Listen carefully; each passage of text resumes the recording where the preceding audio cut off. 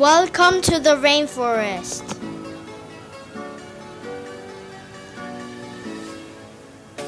The milk frog. It produces poison that is milky and no known deaths are reported yet. The black-legged poison dart frog is known because the Amazonian people use their poison for blow darts, which they use to kill animals with.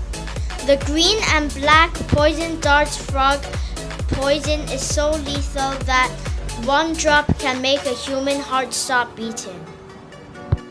The splashback poison dart frog lives in altitude from 900 meters to 1,200 meters.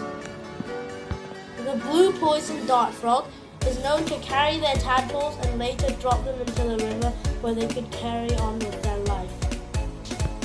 The green and black poison dart frog also is known to come in shades of blue.